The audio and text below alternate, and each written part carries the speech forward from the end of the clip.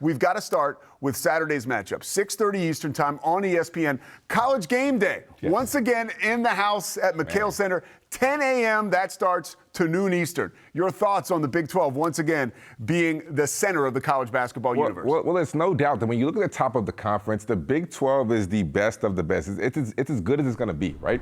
But this matchup between Christian Anderson and Jaden Bradley is going to be primetime television.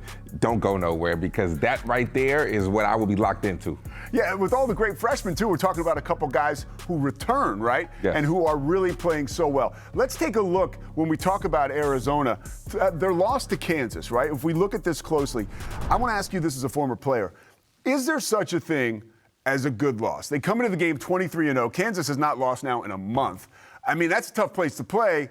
You can't really carry that loss with you with too much weight, can you? Yeah, I'd classify it as a great loss, honestly, Pete, because no team is going to go undefeated in a season. And when you talk to Tommy Lloyd, that's what he said. He said, perfection is not the goal. The goal is to win a championship at the end of the season. We don't care if we go undefeated or not. So he knew that a loss was going to come. Now, when that came, he was unaware of and didn't know when. But in Allen, I think people are underestimating how hard it is to play in there, Pete.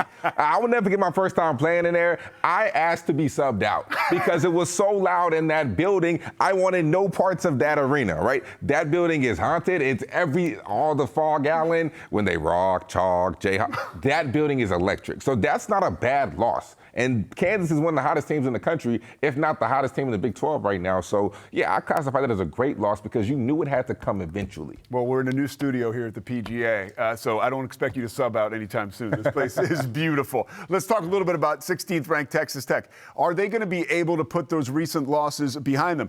2-2 in their last 4 games. At West Virginia, that was a win. But, of course, we talk about Kansas. That was a loss. They also lost to UCF. Where is this team right now with Grant McCasland? Well, I think they're in a good spot, but I think this is a very unfortunate matchup for this Texas Tech team. What is the one area in which Texas Tech struggles with? Their front court depth. They do not have a lot. They have JT Toppin, they have Josiah Mosley, who they just got back. But outside of that, it's not great.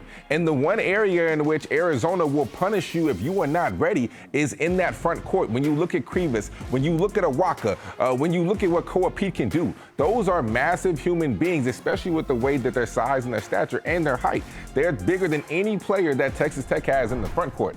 So I am concerned about this matchup for Texas Tech, especially down low. I think the guards of Tech can hang with the guards of Arizona, but that front court depth, JT Toppin is going to have to, pray, because there's 3 guys that are going to be coming at you all day and all night. And if you're not ready, then they will take you by storm and completely obliterate you down low. We always talk about Texas Tech with their defense, but their offense has been impressive. We talk about JT Toppin and Christian Anderson. Toppin averaging almost 24 points a game. Anderson at almost 20 points a game. They're 2 players in the top 6 in the Big 12. How important are those guys for this effort? Anderson shooting 44% from 3. They have to make shots. I mean, I think that's the one area in which is going to keep them in the game. I mean, we talk about the front court. They're going to be able to throw bodies at JT Toppin. He's going to see multiple defenders at all levels. So I do think that if they can make shots, if you can get Atwell going, you can get Christian Anderson to knock a few down. You can even get Lawan to knock a few down from the 4th spot. I think that's their way to win this game. They have to make shots. And we talk about really good environments. I was just at the McKale Center last weekend. That place is no joke. Right? That place is a tough environment to play in. Those fans are rowdy. They are loud. It's about 15,000 deep. That's going to be a hard place to get a win. But if they want to, they have to make shots.